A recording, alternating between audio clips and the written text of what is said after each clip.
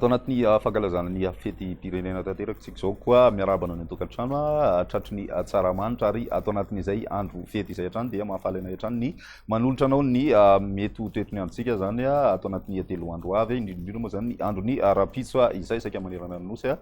toy izao ny toetrandrontsika dia amin'ny vao maraina aloha zany misy ny azavona ho an'ny voatany mandraona kosa ho an'ny ilany varatra atsinanana io zany hoe ny faritra analanjorofo sy ny tapany varatry ny faritra atsinanana izay mety misy orana mandalo izay morotsiraka avaratra atsinanana nosy zay vao maraina fa rehefa misava moa zany zay dia maina tanteraka ny andro toy ny faritra sisa rehetra ihany koa ny apiso tolakandro dia maina tanteraka hatrany tokoa aloha zany ny andro saika manerana ny nosy fa any amin'ny takariva any no mety misy ny raona mitsitokotoko ny voatany sy ny tapany avaratry ny nosy ao anatin'izay tsy ahina akory ny isina orana tandrivondrahona fa dia saika raona mitsitokotoko ny ambiny moa zany ambalika tanteraka ny masoandro mandra podiny amin'ny takariva zany ny maripana voavinavina ho an'izay rapiso izay dia enina degré celsius ny ambany indrindra any amin'ny faritry ny vakina karatra any 8 degré kosa ny alamanga sy ny any amin'ny faritry ny matsiatra ambony vao maraina fa ny atoandro kosa zany hoe ny maripana ambony indrindra zany dia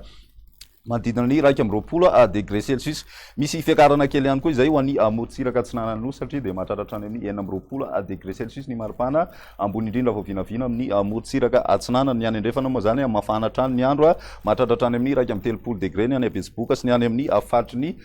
boeny any zany ho an'ny androny alahady dia mitohy hatrany ny zavona ho an'ny tany Madagasikara mandraona mety arahina orana malefaka miatoato ihany koa ny any amin'ny morotsiraky ny faritry ny vasy ny any amin'ny faritra analanjorofo ny ambiny maina tanteraka ny andro raha ny maripana voavinavina ao anatin'izay dia manana miakatra kely hatrany zany ny maripana ambony indrindra ho an'ny voatany raha toka misy fidinana kely zay ny ambany indrindra zany hoe mahatratratra any amin'ny 10 degré celsius zany ny ambany indrindra amin'izay amin'ny alahady zay ary 13 degré kosa ny ambony indrindra ho an'ny voatany hatrany zay miakatra hatrany kosa ny any amin'ny morotsiraka atsinana satria dia miakatra 17 degré celsius ny voavinavina ho an'ny morotsiraka atsinana ny any amin'ny ilany andrefana tanan'izay fiakaran'izay ihany koa miakabeny 13 degré ny ambony indrindra any amin'ny ilany andrefan'ny nosy no ahitantsika an'izay ny androny alatsinainy dia mbola tombanina amin'ny toetratrano zany ny zavona ho an'ny tany Madagasikara manorana malefaka hatrany ny faritra analanjorofo ary ny ambiny dia maina tanteraka ny andro mibalika ny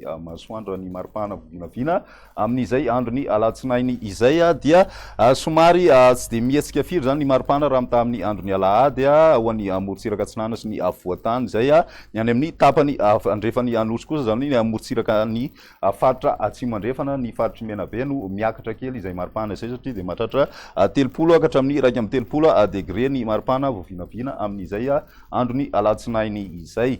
faranantsika amin'ny tany falitoandrivotra ary ny fandaharantsika an'io tia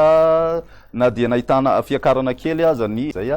tany falitoandrivotra izay dia nijanona ho atonony ihany amin'ny akabeny zany raha ny teto Antananarivo nandritry ity herinandro ity manodidina ny fetrany eo mesa avokoa moa zany tamin'ny akabeny ny rehefirehetra voaray raha ny mandrafitry ny toetrandro atao anatin'ny 3 andro avy nefa no jerena dia vinavinaina hijanona ho atonony hatrany izay tany falitoan'ny rivotra izay indray ny meteo tsika tamin'ity androany ity mirarisoanao anao fety sambatra veloma to